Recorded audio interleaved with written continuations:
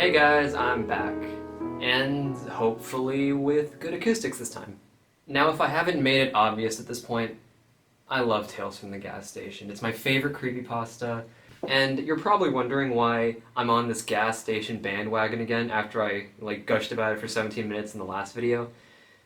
And, well, to put it simply, there were a lot of things in that video I had to omit or just couldn't talk about and didn't have the time to talk about it. So this is what this video is going to be, sort of like a follow-up to it, although it was originally supposed to be one video.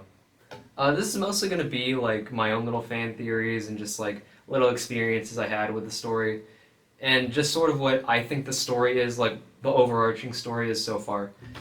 This is also going to be a little less scripted than my other videos, so there's going to be a lot of edits. It's supposed to be more chill, kind of. Alright, first things first, I just want to say that I called that twist at the end of Volume 1 where Tony tried to kill Jack, because if you remember, clearly, in How the Hell Did We Get Here, there's a part where Rosa and Jerry are talking, and Jerry's like, oh yeah, whenever Jack lets someone get close to him, they either die or try and kill him. And I'm like, that can't be right, because in Death from the Gas Station, the guy who dresses like Death says that you should join Carlos and Vanessa in the afterlife. And Jack's like, wait, Carlos isn't dead, so that only meant that he tried to kill Jack at one point. And I totally called it. Now, if you recall in my first video, I said that I hated the FDA for killing Tony. And that's technically true, they did shoot him in the face, but I still believe he's still alive somehow, which I'll talk about later. I also figured out that Sabine was probably the one in the car crash mentioned in Volume 1. I'm gonna be honest, that one was kind of a guess. I don't remember, any specific detail that made me think of it. I just sort of thought about it. I'd probably have to go back in Volume 1 to, see if there was any clues, but I think it was just sort of a random guess. I was still right, though. So basically, what I'm trying to say is that, I'm right about everything, and we should all listen to me. But yeah, I'm gonna start talking about my more current theories. Watch this video get dated in, the next update. Anyway, I'm pretty sure Dr. Howard is the Collector.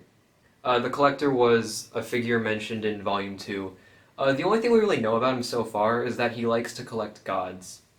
And if he wants to collect gods, buying the gas station is probably in his best interest, because that's where all the weird stuff is attracted to. And also, the Collector was implied to have started the rumor that Jerry killed Vanessa, which caused his life to just sort of be miserable, and Dr. Howard has been shown to really hate Jerry, so those two things line up.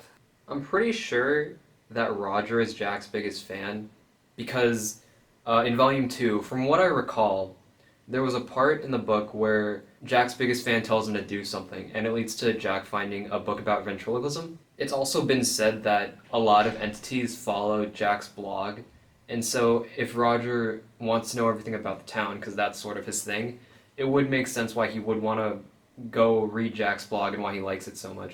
And also, as much as it pains me to say this, Benjamin is probably really dead.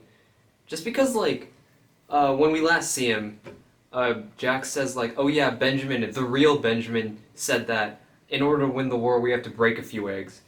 And just analyzing the rhetoric of that line, it had such, an ironic finality to it. Benjamin died by his own words to the person he said the exact same thing to. I feel like he's really dead, and that makes me sad.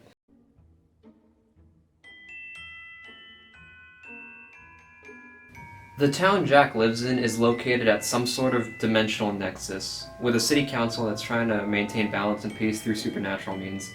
But we'll get to that later. There's some sort of monster that's coming to destroy Earth. Jack is a part of some prophecy that states all of his friends are destined to die, and may or may not have fatal familial insomnia. I don't think he does. I don't really have any evidence to back it up, I just don't think he does.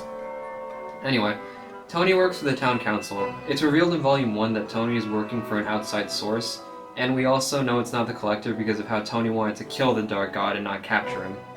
Tony also shows up again finding Vanessa, and he helps Eric Riggin escape from the Juggernaut, who was part of the invasion that I think was started by the Collector.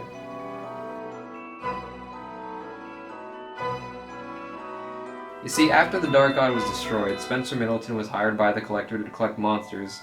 We see this in the Christmas story with Spencer capturing Sagoth, and if the Collector is spearheading the invasion, it would make sense that they were somehow using her shapeshifting powers to make clones of the townspeople.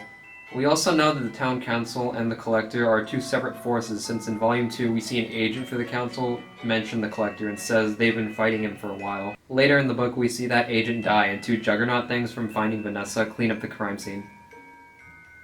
We also know that the agent and Tony were on the same side because of how the agent refers to him. The reason I think they're working for the City Council is because they always try to use corrupt political machinations to get rid of or kill Jack. And if my theory that the Town Council just wants to keep peace and balance in the town is right, then it would make sense why they'd want to do that, and also kill monsters like the Dark God. Compare this with the Collector, who doesn't really seem to give a shit about Jack, and just wants to use the gas station to collect gods. I also think that Bo was contacted by the Collector to summon Karagon, because I can't imagine the Town Council wanting a demon to be summoned. Anyway, this is all well and good, but what is the Collector's goal? Why does he want to collect gods so much? I honestly have no idea. Maybe he's trying to assemble an army to fight the monster the Dark God was talking about, or maybe he's trying to get the town under his control, or find a way to bring that monster here. I honestly don't know. The Grey Imp things that I call the Akiaks, I think are also working for the Collector, since in Volume 2 one of them was eaten by a cat, and later in the book Jack's therapist draws a picture of a cat being disemboweled, and she gets worried when she finds out Spencer Middleton is dead.